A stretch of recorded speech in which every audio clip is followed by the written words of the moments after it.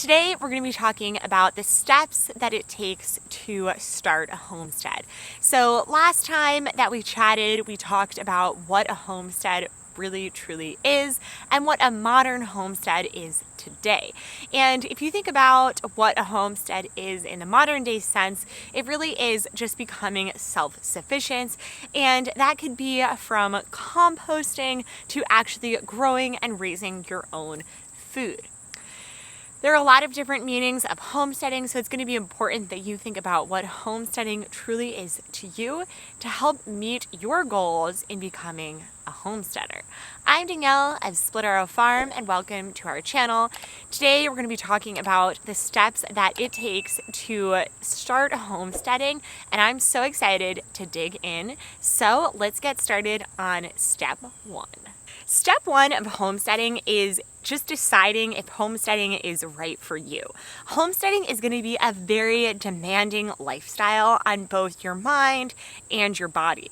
It's going to be causing a lot more time and energy than just, say, a regular hobby. So you're going to want to make sure that it is truly something that you want to get into.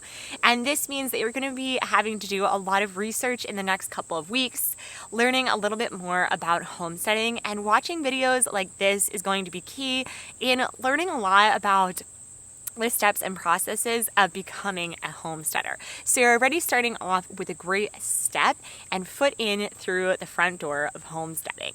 Now, it's also going to be important that if you're deciding to homestead with anyone, say a partner or family member, that they also know about the demanding lifestyle of a homesteader and they're ready to take this on.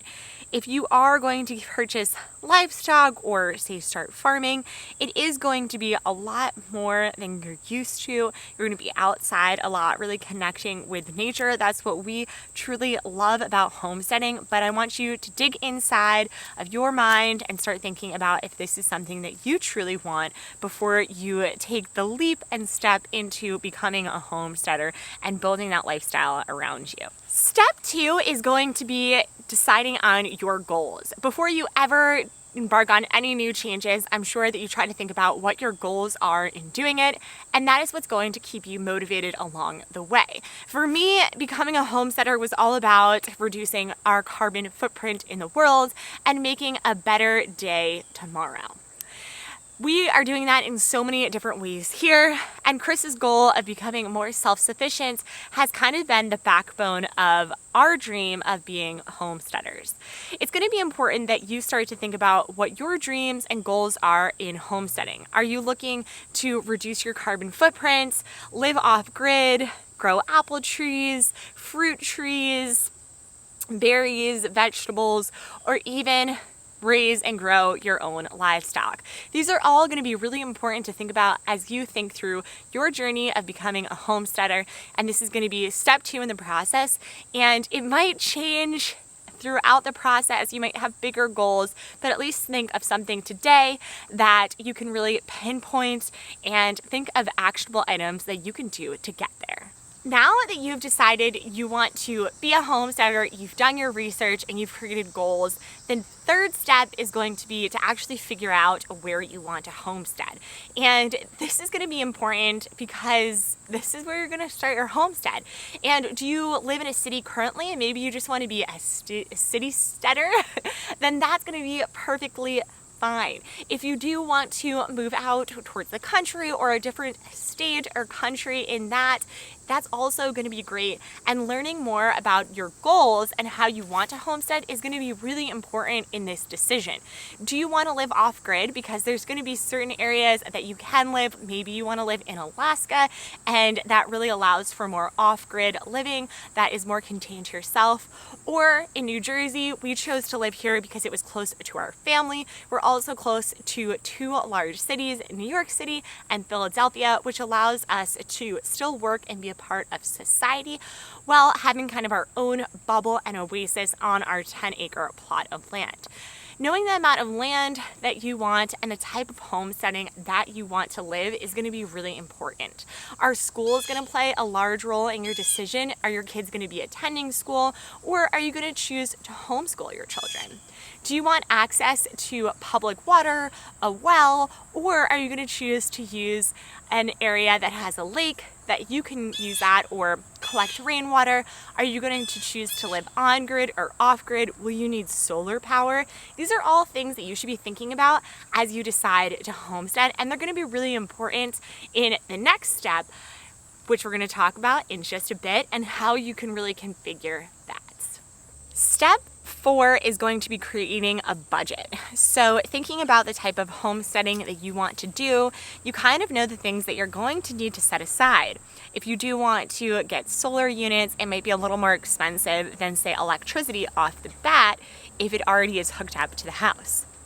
So what I want you to think about now is how much money do you currently have? How much are you thinking of spending? And will you be making money, or will you have a job once you become a homesteader? Because that's going to play a lot into what you can afford today or not. Something else that's really important, and I thought was a really great note as I was researching for this video, was when you do start to think about your new homestead, the idea of maybe getting land and building something, people always think, oh, it won't be that bad, I'll just get this, I'll just do this. But it usually is around 50% more of a cost than you think, and usually takes about double as long to do it, and that's if people are doing it for you. If you are a one-person operation, it might take a lot longer to learn different things, learn different skills, and build it on your own. I know that there's a lot of great YouTube videos that I love, and it's wild to see how they're building their own house from scratch and how long it truly does take. There are those couples or people that build it really quickly, and those are kind of going to be the dream and the outliers. So really think about this as you think about your budget and your timeline.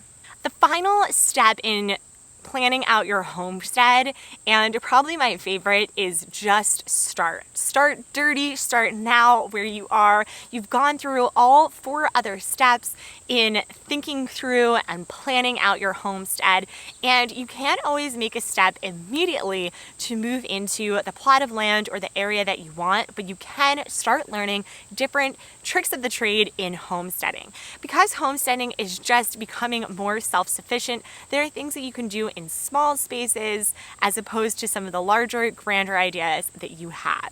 And if you do have a small space today, you can start with raising rabbits, raising quail, gardening, creating an herb garden in your windowsill, or even learning things like how to brew your own beer or wine, making your own soap, creating your own cleaning products, learning to sew, or learning to build things out of wood, and the list goes on and on. But the more that you can start today, the more equipped you're going to be to get off and running with your homestead. I hope that you guys enjoyed this video of 5 easy steps that you can take today to start homesteading, and I'll see you guys again next time as we continue our journey in teaching you how to homestead and farm.